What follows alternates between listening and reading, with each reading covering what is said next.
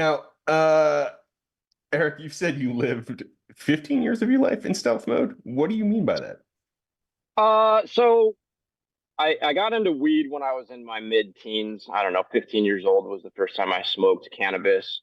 By the time I was 16 or so, a sophomore in high school, I had a strong affinity for cannabis, and so I spent whatever free time I had procuring it, selling it, smoking it. Obviously, at that time, the place that I lived in California, weed was illegal. And some of the elders and teachers and my friends' parents, they had an issue with that. Um, that stigma seemed to change a little bit as medical marijuana took grip and dispensaries started popping up everywhere. But at the age of 25, I was invited to Northern California to a cannabis farm to trim and process a harvest. And so I really never left Humboldt County. I've been here since then.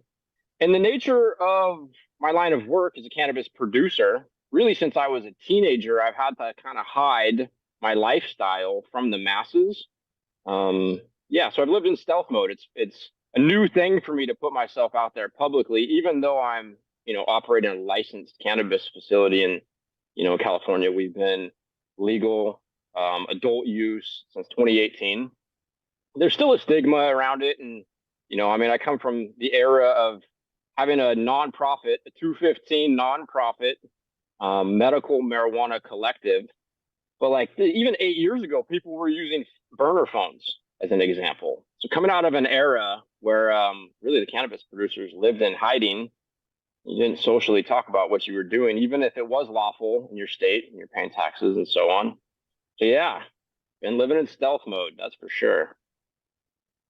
So how do you go from stealth mode to setting up a grow operation? What does that look like?